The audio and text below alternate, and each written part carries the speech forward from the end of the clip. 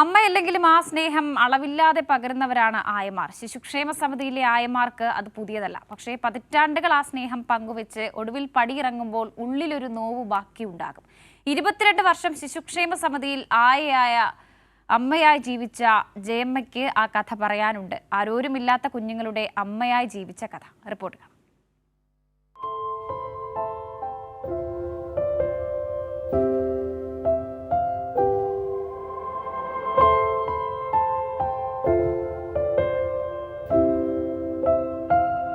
അമ്മമാർ പകർന്നു തരുന്ന ആശ്വാസവും ആനന്ദവും നമുക്ക് ചെറുതല്ല.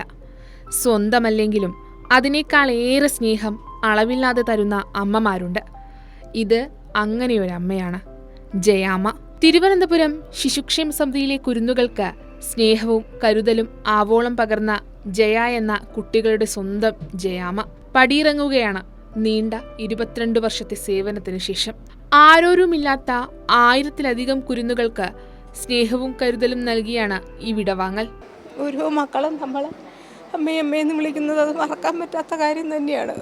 നമ്മളെ എല്ലാ അമ്മമാർക്കും ഒരേ മക്കളല്ലേ, ധാരാളം മക്കളാണ്. ധാരാളം മക്കൾ നമ്മളെ അമ്മയെന്ന് വിളിക്കുന്നത് നമുക്ക് സന്തോഷമല്ലേ.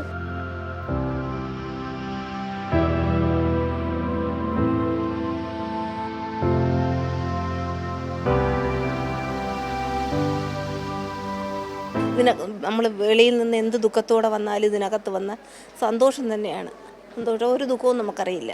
മക്കളുമായിട്ട് കളിക്കുകയും ചിരിക്കുകയും ഒക്കെ ചെയ്യും. അപ്പം നമുക്ക് ആ ദുഃഖങ്ങളെല്ലാം നമ്മൾ മറക്കും.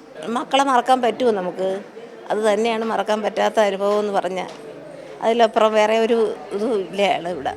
ശിശുക്ഷേമ സമിതിയിൽ പുതുതായി എത്തുന്നവർക്ക് മാതൃകയാണ് ജയാമ്മ. കുരുന്നുകളെല്ലാം ജയാമ്മയ്ക്ക് സ്വന്തം മക്കളാണ്. ഇവിടെ വന്ന് ശിശുക്ഷേമ സമിതിയുടെ പരിചരണയിലേക്ക് എത്തിയ കുട്ടികൾ ആ പരിചരണത്തിൽ നിന്ന് മറ്റ് കൈകളിലേക്ക്, രക്ഷകർത്താക്കളുടെ കൈകളിലേക്ക് എത്തപ്പെട്ട നൂറുകണക്കായിട്ടുള്ള കുഞ്ഞുങ്ങൾ ജയാമ്മയുടെ കൈകളിലൂടെയാണ് കടന്നുപോയത് എന്നുള്ളതാണ്. ആ നൂറുകണക്കായിട്ടുള്ള കുഞ്ഞുങ്ങൾക്ക് കരുതലും തണലുമായി മാറാൻ ജയാമ്മയ്ക്ക് കഴിഞ്ഞിരുന്നു എന്നുള്ളത് മാത്രമല്ല, വരുന്ന പുതിയ ആളുകൾക്ക്, പുതിയ ജീവനക്കാർക്ക് ശിശുപരിചരണത്തിൻ്റെ മാതൃകകൾ കാട്ടിക്കൊടുക്കാൻ അമ്മയായി, അധ്യാപികയായി, സ്വന്തം മകനെയോ മകളെയോ ചേർത്ത് പിടിക്കുന്ന അതേ ലാളനയോടുകൂടി, അതേ സ്നേഹത്തോടു കൂടി തന്നെയാണ് ഇവിടുത്തെ മുഴുവൻ കുഞ്ഞുങ്ങൾക്കും അമ്മ ജീവിതം നൽകിയത്. ശിശുക്ഷേമ സമിതിയിൽ സ്നേഹം പങ്കുവയ്ക്കുന്ന ജയാമ്മമാർ ഒരുപാടുണ്ട്. എങ്കിലും പുതുതായി വരുന്ന അമ്മമാർക്ക് ജയാമ്മ ഒരു ഉപദേശം നൽകും. ഒന്നു മാത്രം: ഉദരത്തിൽ പിറന്നതല്ലായിരിക്കും, പക്ഷേ ഈ കുരുന്നുകൾ നമ്മുടെ ഹൃദയങ്ങളിൽ വളരണം. സുലേഖ ശശികുമാർ, കൈരളി ന്യൂസ്, തിരുവനന്തപുരം.